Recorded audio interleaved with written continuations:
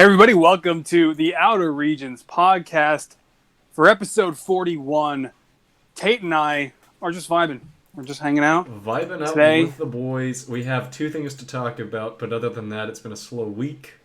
So Ross and I are just going to have seizures and conniption fits on the mic, on the podcast. Yeah, I mean, we might be exploring the deepest depths of Star Wars lore or the deepest, darkest depths of mental breakdowns. However, before we get to any of that, Tate, Obi-Wan almost got canceled this week, or so we thought. Oops.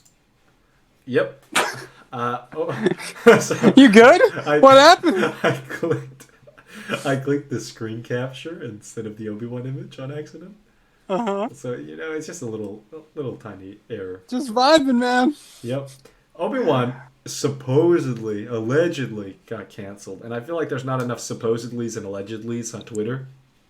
Yeah, so there was a lot of confusion surrounding this because I had a buddy of mine who told me that it wasn't just a parody account on Twitter that started it, but that there might have actually been something valid to the claims because it was reaching a lot of journalists on, what's today? Sunday, so it would have been like what? Wednesday, right? Wednesday, Thursday? Wednesday, Thursday. And no, there was more to the claims beyond just that parody account, and that the parody account might have just been a coincidence, and that there are rumors floating around that sets were being torn down, and something fell through, and Obi-Wan was no longer moving forward, and it was over, and it's the end of the world, and Star Wars is dead. And no, but I mean, so much melodrama. Thankfully, none of that seems to be the case, and Ewan McGregor's representatives finally just said, "Hey, that is bullshit and not true. Stop freaking out." And so that was that. And the Wrap put that one to bed, which is really good, man, because I remember when it first came out and it was first announced, I mean, my immediate thought for the future of Star Wars, like, let's just entertain that thought for a second. Like, Obi-Wan is not canceled. It's not happening. Everything's fine. Calm down. But, everything's not fine. But Obi-Wan is fine. But imagine if that actually happened. Like, I think it's just an interesting idea. If, like, the day after, like, around today, this weekend, we got the news from Lucasfilm, just hypothetically, that Obi-Wan was canceled. The series is not happening, and despite the announcement at D23, or, it's not happening. And it didn't work out. Creative differences, Ewan McGregor effed off, whatever the reason. And, dude, that's a scary thought of, like, where Star Wars would be for the next several years. Because at that point, you're looking at just the Clone Wars final season, which is going to come and go this spring. And then what? The Mandalorian Season 2, Cassian, if they get around to it. And then nothing until 2022. Nothing, no films, no games. And even at that point, whatever films come next in 2022 really have to win audiences over with something new. And, man, just that thought, like, oh, wow, what if that were actually true, that actually happened? Star Wars would be in a bad spot, man. Because I think a lot of hype, really the biggest thing everybody's looking forward to between now and the next Star Wars, the next main Star Wars film is the Obi-Wan series. I mean, sure, Mandalorian Season 2, of course, where I'm looking forward to the Clone Wars final season the most, which is really soon here. But, man, imagine if that actually happened. Pretty crazy thought, Tate. You know what's an even crazier thought? We'll never see live-action Ray Park Darth Maul fight Ewan McGregor Obi-Wan. And man, speaking of Maul, speaking of, spider legs, man, why do spiders walk on water, Tate? I mean, I don't like... It makes me sad when I see that, man. There are some things in the universe that shouldn't be possible, and that's one of them. I wonder if Maul could walk on water with his spider leg. Probably not. Tarantulas can't walk on water. Do you know why spiders can walk on water, Ross? Do you know the science behind it? I really couldn't care less, but go for it. So I'm curious. Go ahead. You are placing however much weight on 8 separate platforms. Right? Us as humans, if we distributed our weight amongst 8 different platforms, we could also walk on water. The surface area of each platform would have to be especially large because of human beings. Which spider feet, which that sounds weird, man. Spider feet. Spider feet. They're very large, and overall, I just pictured little human feet on the edge of every spider leg. That's what I pictured too, man. But yeah, a spider is extremely light. It does not break the surface tension of the water because their weight is distributed amongst 8 legs. Humans could do it. They are spider feet. Humans could do it, but we need huge platforms, like boogie board sized platforms on the base of each extremity. Wow. Guys, I'm going to start a science channel. I have been enlightened. Should I start a science channel? I have reason to believe now that Tait is a spider. Oh my god. He knows too much. My god. He knows too much. It's factual. So,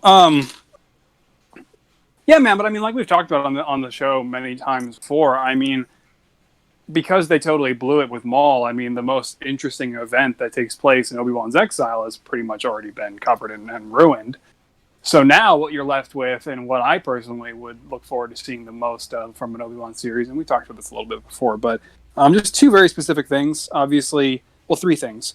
Obi-Wan's PTSD in coping with the fact that basically his younger brother, who he raised and trained to be the greatest Jedi in the Order, suddenly betrayed everyone, slaughtered everyone, and just helped the revealed Emperor take over the galaxy swiftly and efficiently. And it's incredibly traumatic, and just the grief and the loss that he's experiencing alone on Tatooine. And I mean, that must have been insane, that first, just those first few months after landing on Tatooine. So there's that one. That would be interesting to see.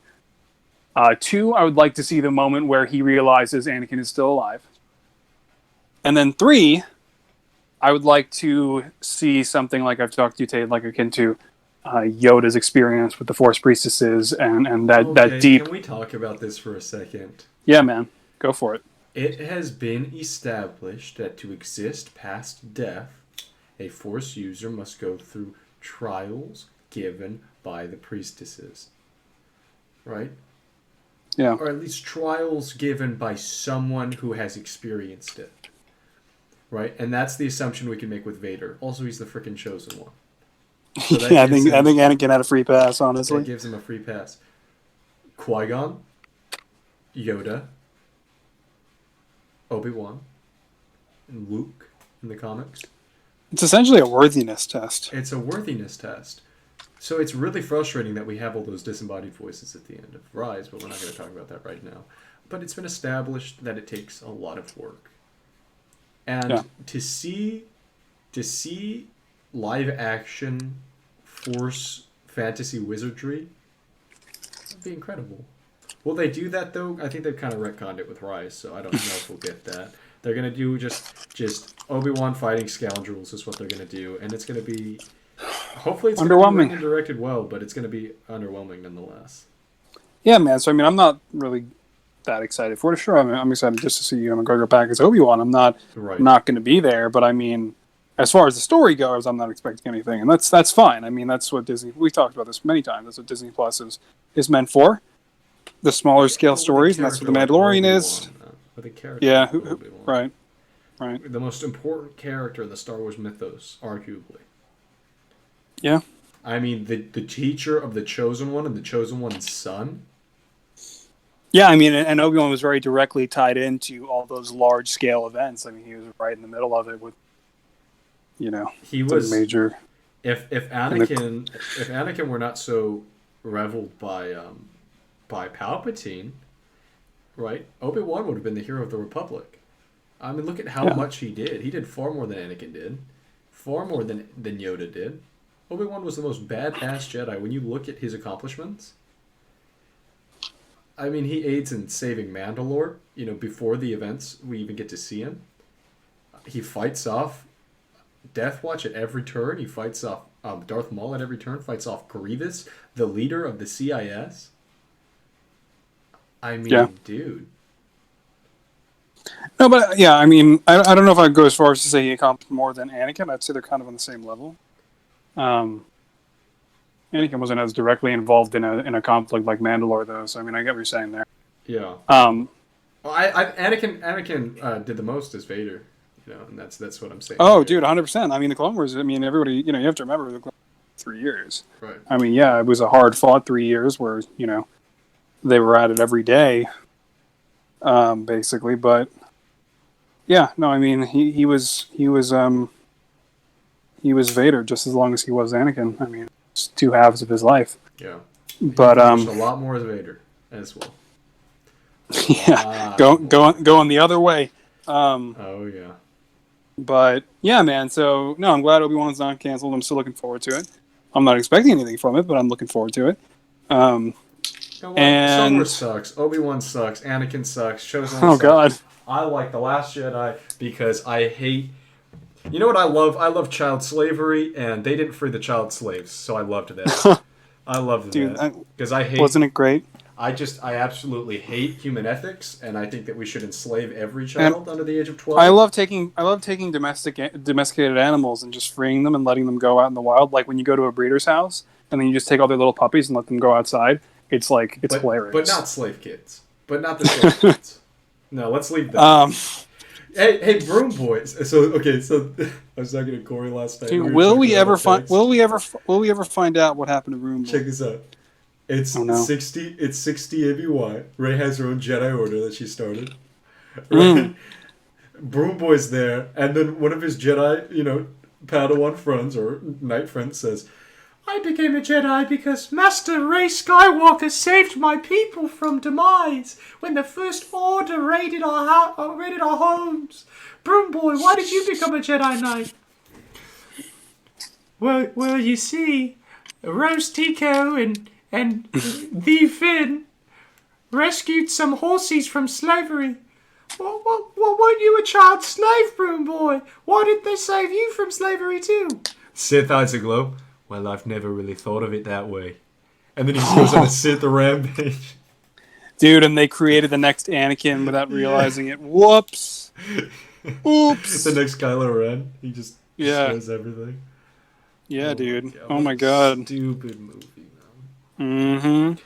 Guys, we're ragging on Last Jedi. We just watched it like 2-3 months ago. Not even that long ago. Like literally last month, I believe. We watched it like the day before Rise came out. Oh, we did. Yeah, it was like a day or two before Rise came out when we watched Last Jedi. Yeah. And we almost didn't survive. But Tate, Ross. this past week, there was a big there was first of all there was new footage for Black Widow. Nothing really too crazy. Nothing really new enough for us to talk about. There were some new scenes with like Taskmaster using his shield, which is kind of cool. Kind of simulating the idea that maybe he's fought Captain America at some point, which is interesting. And his shield makes the same sound as Cap. So Taskmaster's shield is probably made from vibranium. I've got to ask you a question really quick. Do we know anything about Taskmaster's ability in this movie? No, not yet. Okay. I mean, obviously, you can assume he has the same general abilities. Like, I don't know if they'll go as. I hope it's not magically. Yeah, I hope it's not the whole magic. Right. I have to imagine they're reeling it back in. They're reeling it back in quite a bit. It might be tech. It's going to be the same general idea. Of course, but they gotta technify it, man, because that was the whole point of the MCU. Right. I don't know if they're going to go as far with it as the comics. I think that would be very strange. It's strange in the comics, man. Yeah, but anyway, I mean, we'll see. I hope they don't go full on. He drinks the magic juice and he becomes sword to destroy. Yeah, no, I mean, hopefully he's just really smart and he has some sensor tech. Because the MCU has moved away from the more grounded in reality. Oh, 100%. Superpowers. Yeah. Think about when, like, the first 4 Avengers, except for Thor, it's pretty grounded, man. Like, some super juice turns Cap into Cap. Some super juice that failed turns Bruce into Hulk. You know, Iron Man, his suit is very sci-fi and it's all tech. But then now you have Scarlet Witch, you have Black Panther, you have these more whimsical comic book villains, or not comic villains, comic book heroes. Hopefully they reel it back a little bit with Taskmaster, because they reeled it back with Bucky and with Winter Soldier. So hopefully it's something similar here. Yeah, I mean, I think that going forward in the MCU, I have no problem with them dropping realism at certain points with certain characters, losing that grounded sense that the MCU was founded on. But it needs to be done within reason. Yeah. You can't, and I don't think they're going to go crazy with every character. I don't think suddenly Taskmaster is just going to be this guy wearing a cool mask and a hoodie who also knows the ways of the Sorcerer Supreme and can just copy whatever they're not going to go insane. Yeah. They might. Yeah, it's just they might. Imagine they do. I have the dyad juice. I am the king of the world. He's Dr. Doom under that mask. Yeah, you just had to bring up dyads. No, man. Yeah, so I'm looking forward to it, though. I personally don't mind the costume nearly as much as other people. I really don't understand why people have such a huge problem with Taskmaster's look. I think the mask is fine as an adaptation of how he looks. I think it works. In the comics, he wears blue and orange. I've noticed people saying, about the blue and orange motifs. That's what he wears in the comics. It's what he's always wearing in the comics. He looks goofy as heck in the comics. Do people not remember that he's a white skull with yellow eyes? With a hoodie on? He looks goofy as hell. This looks fine. This looks like a little stealth technology operator guy that's gonna beat some spy ass. I hope this is a spy movie, man. I mean, I'm not gonna see it when it comes out, unless we do a review on the podcast, which I assume we will. So I guess I am seeing it when it comes out. But I don't care. I don't care. I care. I mean, because like I told you, I think that's been something missing from the MCU.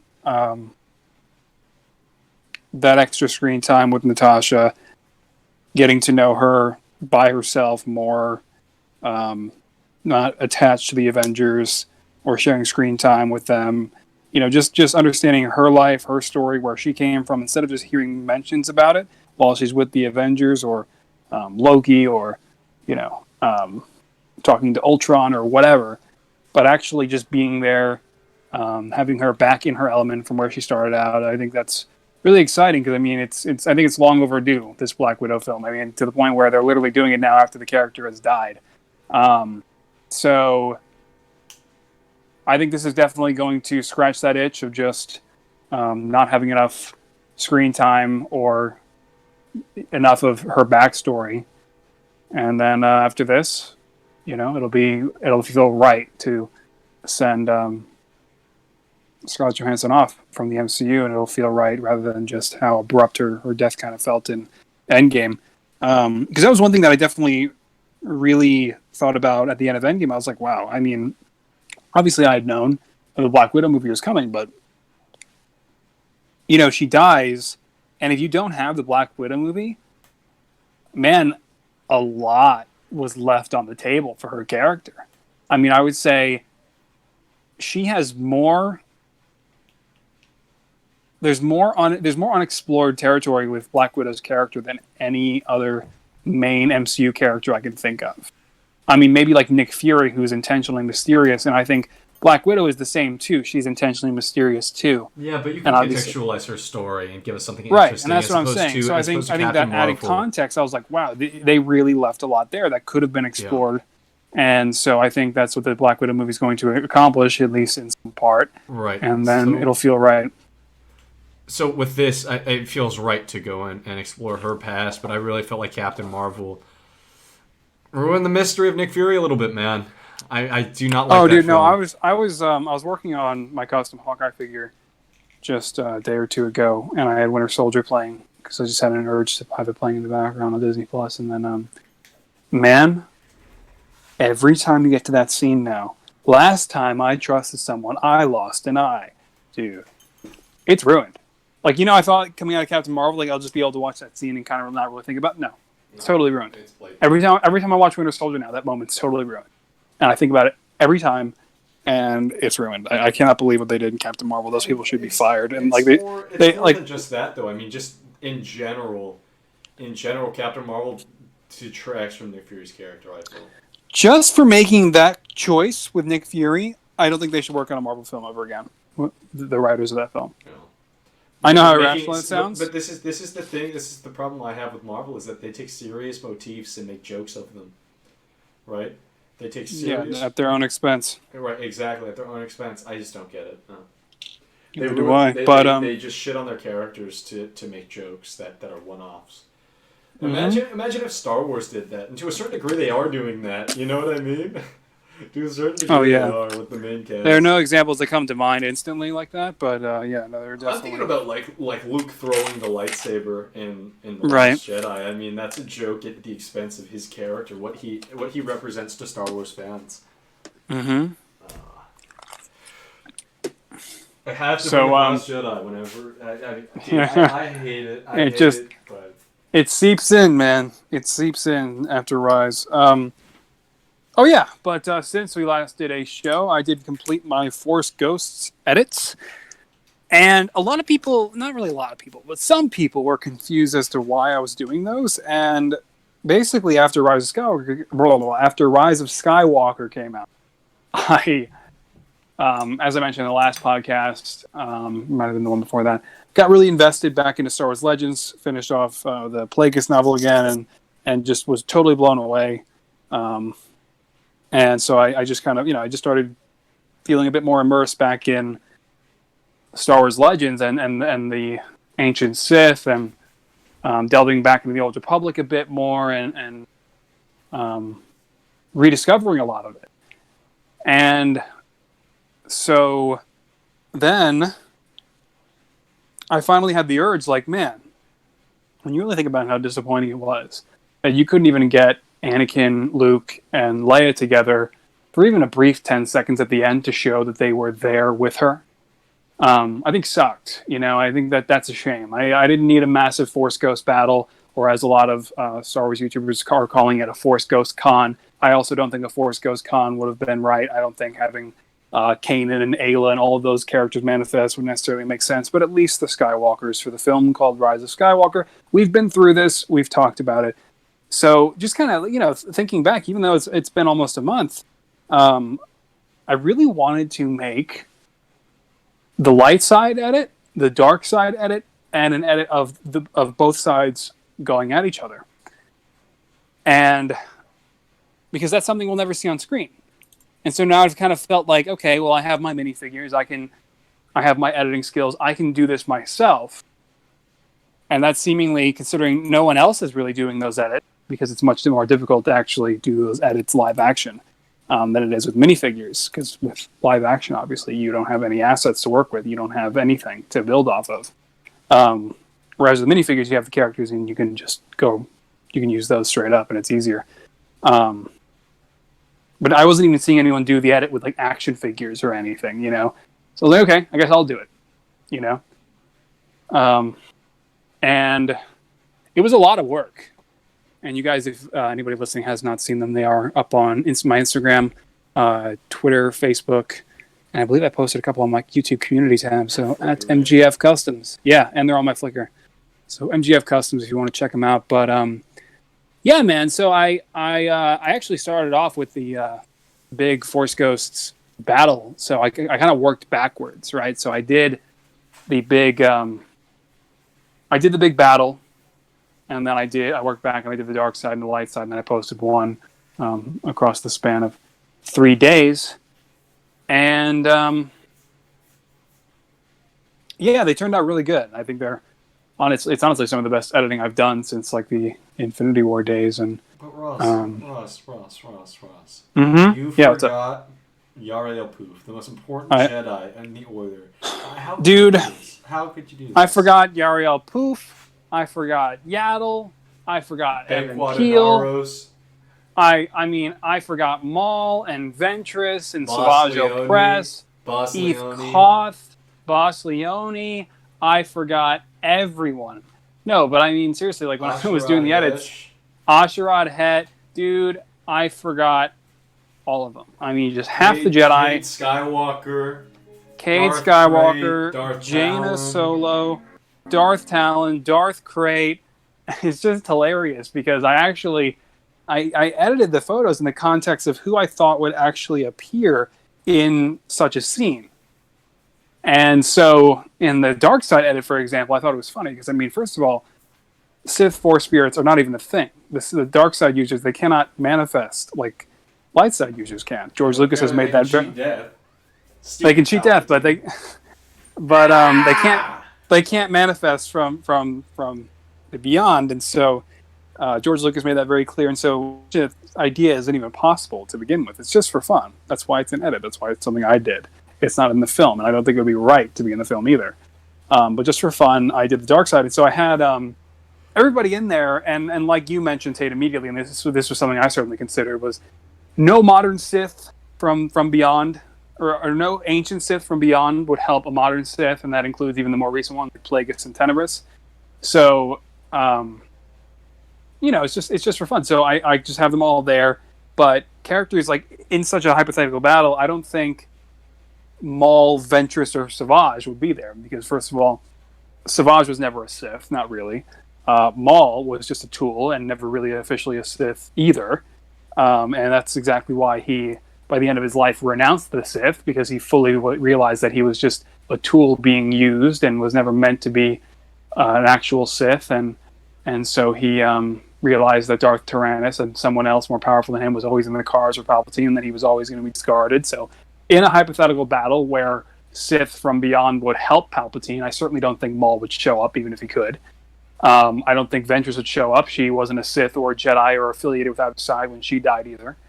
And again, Savage was barely involved. Savage was just kind of a victim of all of it, right? He was not even really...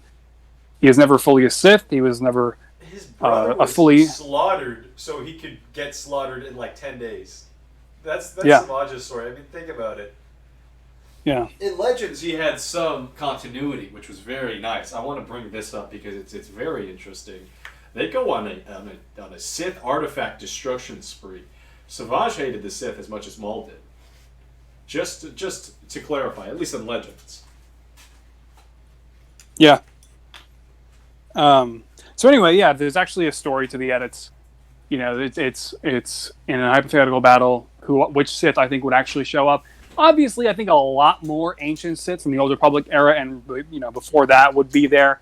But I'm not going to make, 10 or 15 Sith variants to copy and paste as, an army behind him. Here's also the thing. Yeah. The Sith did not have camaraderie. They would not assist each other in combat. Sith would kill each other in order to... I mean, this is why the Sith Civil War happened, and this is why the Rule of Two was brought up. Sith would slaughter each other because of the most stupid and nonsensical arguments, right? There was no sense of camaraderie, no sense of brotherhood, no sense of companionship amongst the Sith that the Jedi did have. Even so, I mean, do the Jedi really assist you from the grave? Look at what happened in Rise. They just kind of said, "Get up, man. Get up." Yeah. So I don't know. No, man. No. So yeah, again, it's all for fun. That's and right, and it should be, and it should be. It's very cool, Ross. Yeah, no, I'm really proud of how it turned out, and it was fun because because I've been kind of getting a bit more invested back into Star Wars Legends again. I had the urge to make a few more Sith characters because I started out with the Big Kid Bricks Plagueis, and then that just kind of snowballed after I made that video with the makeshift young Palpatine I made to go with it, and people got a kick out of that. And then delving back into Legends some more before making these edits, I made a quick little custom Darth Nihilus. I made a quick little custom Darth Bane using an extra Palpatine head. I got Tenebris together, and it's just it's really cool. Now, I mean, I still need an extra breathing piece because right now I've got Tenebris using Darth Malgus's neck piece. And I also do need to get Dooku's head, because I used a makeshift one for the edits, because I actually misplaced the 2013 Count Dooku heads, even though I have two somewhere in my collection in storage. But the point is, I'll probably do a Sith collection video at some point. And so I mean, back to those edits I was doing, man. it was fun because I also made like a makeshift Darth Vitiate to put in there, and that was really cool. And just kind of for me, it was about uniting the best parts of Star Wars in a hypothetical final battle of the saga, where all the major players that would still be involved are involved, fighting for their idea of balance from beyond. And even getting to the end of those edits, and as fun as it was to edit my Rey in front of a ton of Jedi minifigs, it was a lot of work, by the way, these edits. Oh my god. I think I talked to you about this today. It's just, imagine in Rise of Skywalker how strange it would be. How strange of a state the story is in Star Wars, that if there was such a battle, if Force Ghosts were even a thing, which they're not, if all the Jedi were able to manifest as light side Force spirits as well, which they can't, only select ones, as we know, Anakin, Obi-Wan, Qui-Gon, Yoda, Luke, Leia, Ben, only those can manifest, as we know, and then you can only hear the voices of the others. So the point is, it wouldn't even be possible for a myriad of reasons, as we've discussed already a little bit here. But also, how odd is it that, like, imagine that idea. Star Wars can't have an endgame level event because all of the major players in the galaxy are dead. All right, Ross, give me 1 second. This is Tait time. Okay. I'm just gonna be mad. Here we go. They already throw canonicity out the window with the whole being able to hear other Jedi's voices, right? Because it's been established that we can hear Qui-Gon, we can see him on God damn. Tatooine? Mortis? We can see him on Mortis. My brain just. I don't think that was him, by the way. It is confirmed to be him in Legends. I'm not sure in canon how that works. In canon, I think it was just kind of a reflection coming from their minds. But I mean, so the reasoning is he can be seen on Mortis. I think it is canonical that Qui-Gon can manifest, though, after Revenge of the Sith, that he learned how through the Force from beyond. I don't know if that's. I'd have to check. Heard that, but I hope so, because that'd be pretty cool that he could learn from beyond. I think it was mentioned in, like, from a certain point of view or one of those side stories. Yeah. Okay. Well. Cool. Okay. Anyway, disembodied voice, right, is still something that had to be trained, and it was still something extremely rare. Right. And that's full, barely do it. Right. That's full stop. Mm-hmm. We see all of these Jedi that don't matter being these disembodied voices from the beyond. Mm-hmm. If you're already going to go that far, just make everybody a Force Ghost and give us a cool final fight. Like, I look at Endgame and I'm like, this movie has very little merits besides that final fight, at least in my mind. They should have just done the same thing. They should have just. They already threw continuity out the window. Just bring everybody back. Put a live action Tenebris, a live action Vitiate, live action of all these characters. Doesn't matter. You already screwed up. Might as well screw it away and give us something cool. That would have involved actual passion for the franchise and, like, actual understanding of the universe that you're not going to get from any of the filmmakers or writers or executives working on films. But no, man. So I think it was fun to do those edits. I did them. It's a 3-part photo set, and again, you can see them anywhere at MGF Customs. But yeah, there's something else. Oh yeah, so yeah, just kind of back to that point. Isn't that strange that even in such a hypothetical battle, like, it would basically just be a battle of ghosts? Everyone's dead. It's just kind of eerie and cold and just kind of an empty idea. Cool. I don't know. I think that's pretty freaking cool. No, I think it's cool too, and I think it could look cool, but just that they're not physically there. They're from other times and they're dead. It's just like it's odd to me that in Star Wars, beyond the prequel era, that really, I mean, the key figures that altered the course of history it was only a handful of people at any given time. Ago. Yeah. And so, you know, versus the Old Republic era or the prequel era, where, you know, they were numbering in the hundreds of thousands. You know, sure, you only had a handful of Sith throughout the generations, even leading up to the prequel trilogy, but there were dozens and thousands of Jedi who very much reshaped the galaxy in many ways. And it's just odd to me that basically everyone every important key figure in the galaxy that's changing history in the galaxy. I mean, it's like what? It's Rey, Kylo Ren, and Palpatine, and it's just those three, and then everyone else is dead. It's just, I think it's just, so obviously it didn't happen in the film. It's never going to happen, but if it did happen, it's a big fight of the dead people from beyond. That'd be fucking I don't know. So the thing 100%. The Endgame works so well because they're all heroes with different powers. And alive. And you see Jedi fighting each other, they'd have to work some movie magic and really make everybody unique. Give everybody, give everybody more unique abilities. Like how Cal has his little freeze ability. Still think that's really cool. Yeah, that was first introduced with Kylo Ren. Yeah. So, but the fact that they gave him his specialty power that not many Jedi have, I really appreciate. It's cool to know. Yeah, it's cool to realize that that's not that Kylo Ren's ability to freeze things in place. That's not a dark side exclusive ability. Well, and also, I mean, it's not the first time we've seen it. It's in Legends a bunch. In canon, obviously, there's a lot in Legends, man. There's a lot in Legends, and it's all so cool. But I don't even want to think about Legends because that's my Star Wars. Oh, dude! I mean, for me, the most depressing part of Legends is probably the loss of the Yuuzhan Vong and then Plagueis. Yeah. The Yuuzhan Vong are perfect because they exist.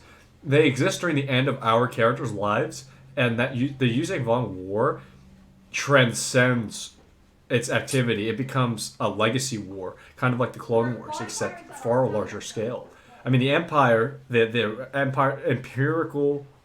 Oh, God, I can't speak. Imperial remnants and the New Republic, they fight together against the Yuuzhan Vong. I mean, it's this huge scale, endgame level, Thanos level threat.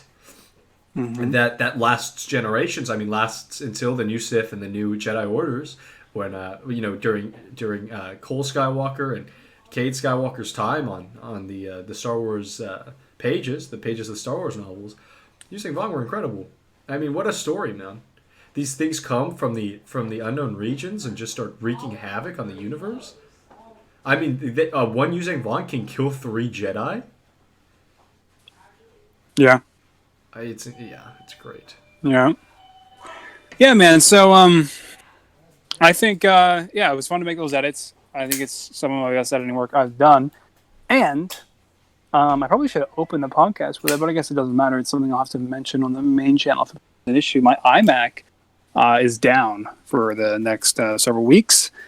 So managed to get those edited and out the door just before the LCD or the graphics card, the LCD display or the graphics card, my iMac shorted out. So, going to be down to working off an external drive with my sister's computer, my sister's laptop.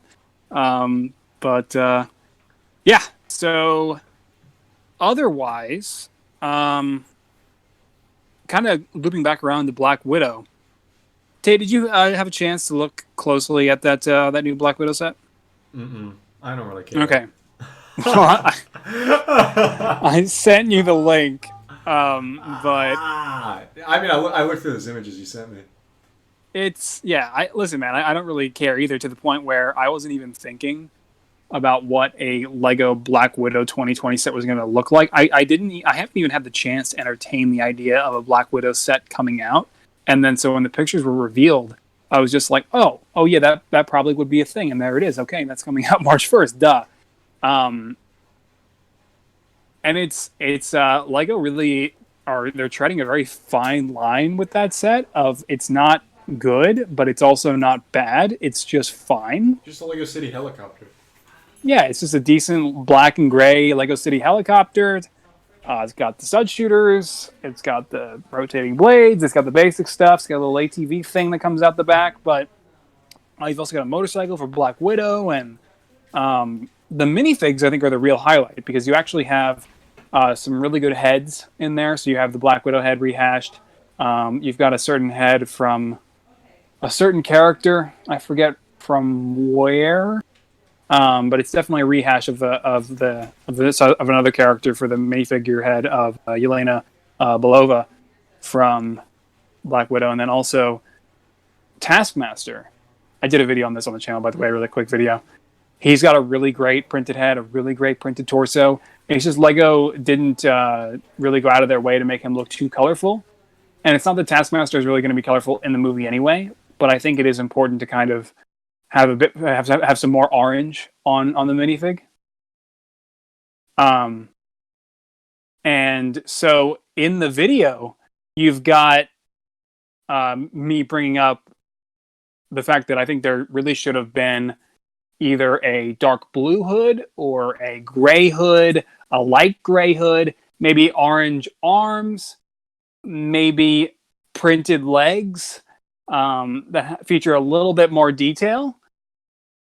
But instead, you're just kind of left with this Taskmaster minifigure that just has blank blue arms, blank blue legs, and a black hood, which is kind of strange. And then his accessories really aren't very good either.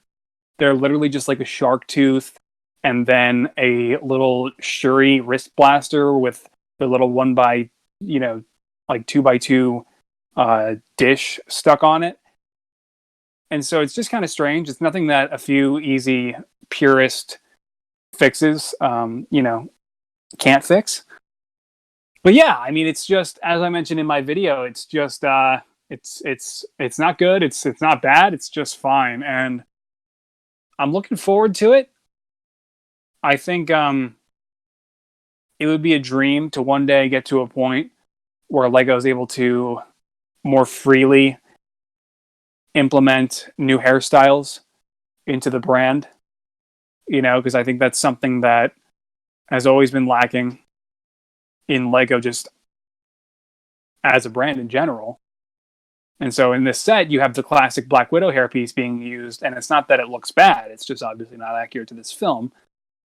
So that's okay though. I'm not gonna be making Black Widow in her black and gold costume anyway. I'll be doing the white suit personally, and then also I'll be doing my own custom Taskmaster coming in May over the summer. So that should be pretty great. And yeah, so as of right now, as of this moment, because this is an episode where we are just vibing, where we are just hanging out for the Outer Regions podcast, Tait has abandoned me. I have been orphaned. And it is just me doing a one-man show. So, I guess to further expand upon my iMac situation, this is actually a problem that it's had a couple times in the past, but it was like a year ago or so, a year and a half ago last it happened, where the LCD screen in my iMac just seizes up, freezes, gets these really twitchy, glitchy, colorful patterns. It really varies. Sometimes it's just like a gray matte screen that just takes over. It has like a sort of like weird pattern that runs along it. And it's just, my iMac's not in a good shape. I've been running my entire channel and everything I've done through my mid-2011 iMac that I've had since December of 2011. And so it's very old at this point and currently unable to get a new decent system that I think would obviously be better and more modern. But either way, I'm going to be working off my sister's MacBook for the next 2 to 3 weeks. And hopefully there won't be too big of a change. You're in such a predicament because if you try to update your software, you run the risk of harming your system, right? Yeah. You run the risk of it having a hardware shut down in the middle of a software update, which will wipe your computer. Right. Yeah, and that is something that I'm not very good about updating my computer's OS, but if I tried to do it now, I don't think it would help because I mean it's a problem with the LCD. It's a problem with that or the graphics card. It's a software update would not help. Here's the thing, Ross.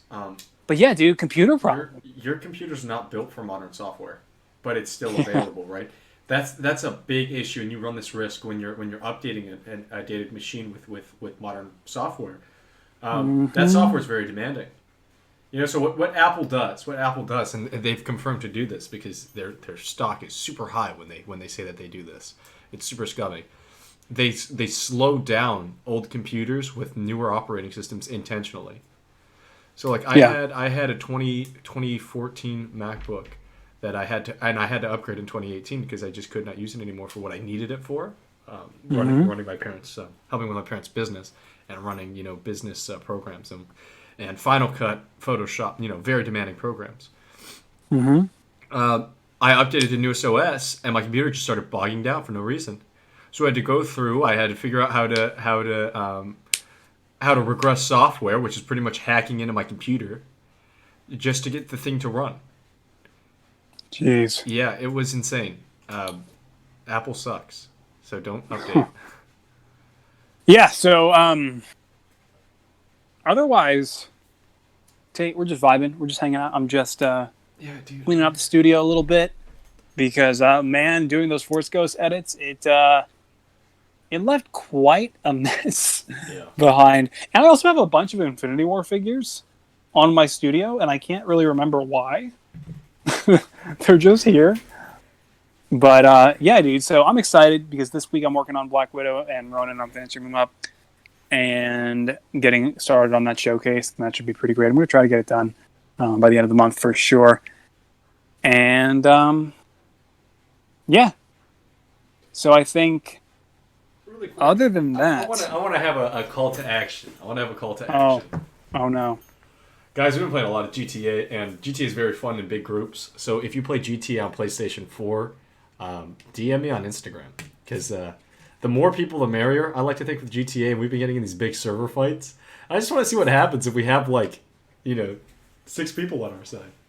Ross, how fun would that be? That'd be pretty sick.